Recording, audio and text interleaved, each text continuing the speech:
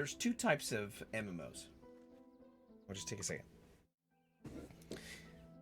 Two types of MMOs. Your kind of modern, let's say, theme park style MMO is designed in such a way that everything is very kind of laid out for you.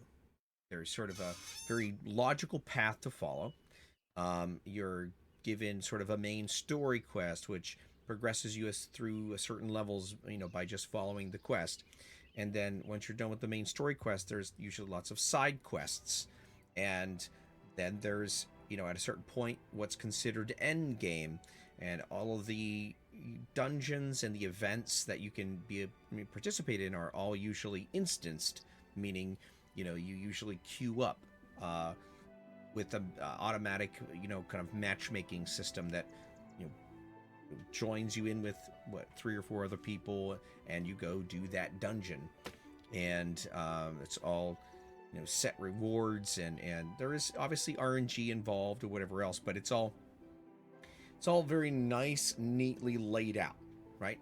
It's like going into a theme park, and there's this ride, there's this ride, and there's that ride over there, and I can do this if I want to now, but everything is nicely, neatly kind of in its own little place and corner, and all sort of its own thing, and you could pretty much play a lot of the game solo without a need for anyone.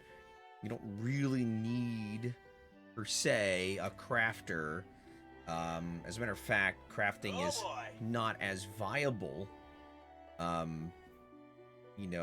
for most items. It still can be used in ESO, and it's useful at certain degrees, but it's a little bit more peripheral.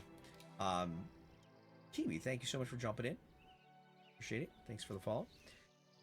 But then there is another type of MMO that you would call a sandbox MMO, which is what this is, and how MMOs were originally. So back in the day, you didn't have social media. Interacting online was pretty rare.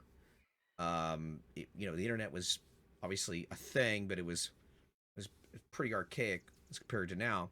So when they had created games to be MMOs and social games, it was actually pretty epic. Like, it was pretty earth-shattering for most people that they could get on and like chat with other people and interact with other people, and it was a really kind of uncharted territory in a lot of ways. And that's how games used to be. It was like the interaction with other people was more of a focus. It wasn't about having a solo experience with other people there. You know what I mean? It was more about, hey, there's other people, and I need other people to play this game. So this game is more like, okay, here's a world, here's different zones with different level of enemies in different zones, with a mixture of enemies. Some enemies in even the easiest zones can be really high level and really hard to kill, and you'd have to come back there eventually. But most zones have sort of a general level that you want to be. Now, Final Fantasy XIV has something like this as well, so they're not all like this, but this game is more like, here's a bunch of maps and zones and areas and enemies and things to explore and things to find, but it's up to you to do it. Like, there it is. There's not a strong story. There's not a strong, like, oh, you're the hero of the world, come in and save us all, and everyone's going to bow down and worship you. It's more like you're just one of the people. Good luck. We're all trying to survive here, so jump on in. It's like Minecraft in a sense, so there's no real thing to do other than, do you want to survive in this world? Do you want to come see if you can get powerful enough to beat all the enemies and explore all the places and find all the secrets and look really cool doing it by finding really cool armor and eventually get max level and discover all that there is to discover? It's more of like an invitation. Here's a world to come find and explore and defeat and survive in. So when when it just kind of hands you this thing, it's Sandbox. It's for you to come up with the character and the name. So for instance, I have my character as the Palantir, which is of course my channel lore, right, that I've created in the channel. But I've created this guild called Way of the Mandrake, and that came from me hearing about this particular enemy called a mandrake, and these particular recipes that came from killing mandrakes.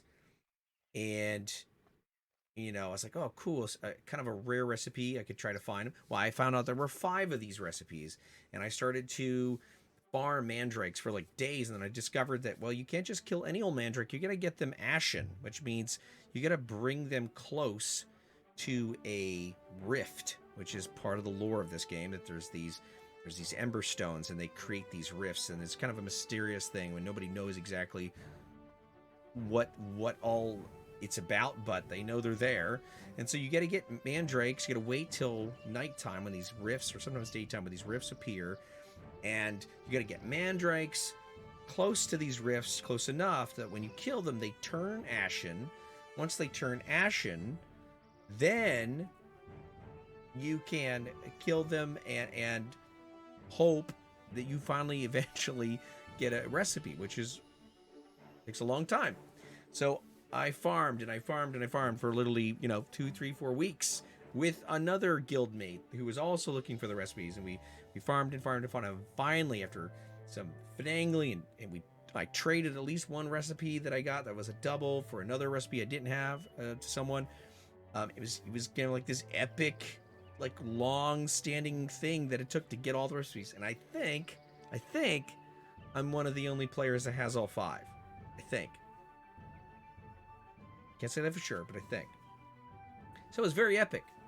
So I decided, because of how long, arduous journey it was to get all the recipes, that I would assume a kind of a role of being, this is the way of the Mandrake. We work hard, we have fun, we find ways to find interesting things to do in the game, but we create our own story, right? So now this is part of my story. This is part of my ethos. So there you go.